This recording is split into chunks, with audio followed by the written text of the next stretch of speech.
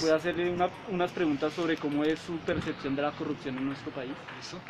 Primero, ¿cree usted que el índice de corrupción de nuestro país es alto o bajo? Es alto. ¿Cuáles son las instituciones que considera más corruptas? Las gubernamentales, en especial alcaldías y gobernaciones. Perfecto. ¿En qué situaciones se presenta corrupción? El tema de la contratación, mucho más presente. Bien. ¿Cómo afecta la corrupción a las personas?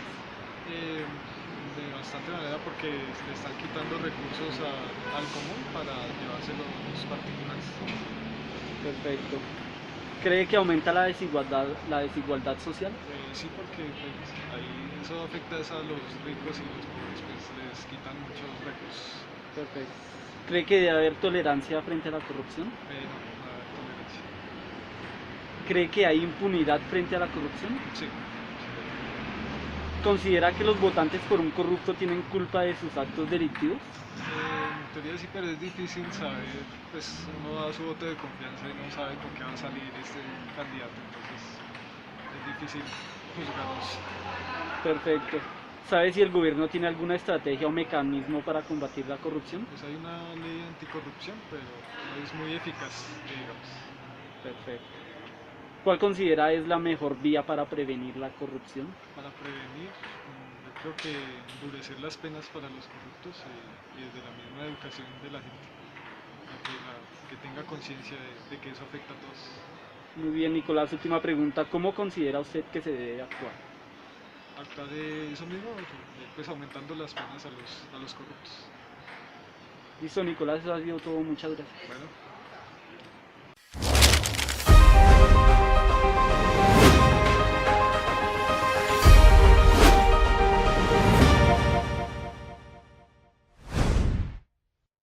Gabriel. Buenas tardes. Le voy a hacer unas preguntas sobre cómo es su percepción de la corrupción en nuestro país. Listo. Entonces, ¿cree usted que el índice de corrupción de nuestro país es alto o bajo? Alto. ¿Cuáles son las instituciones que considera más corruptas? Cámara,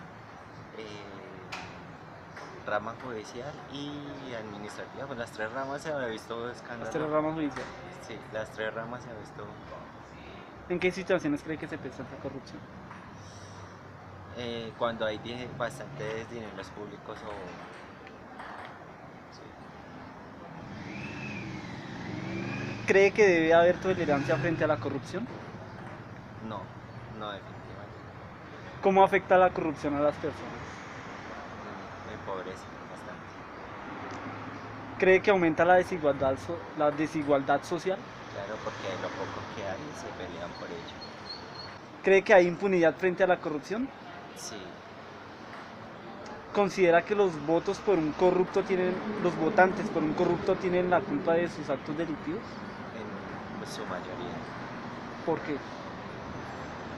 Porque la importancia de cada firma y cada voto que nosotros damos, sin ser consciente de las ideas que tenga cada participante o cada candidato, es una afectación muy grande al momento de votar o regalar mi voto.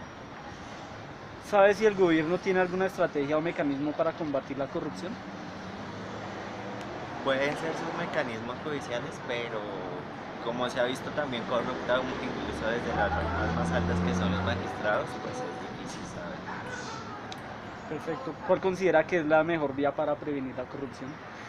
Que la fuga de esos dineros ya tenga mayor control. Por último, Gabriel, ¿cómo considera que se debe actuar? Pues desde lo más pequeño, educando a mi hijo, educando a mis sobrinos, educando desde el hogar a la honestidad. Gabriel, muchas gracias por su participación.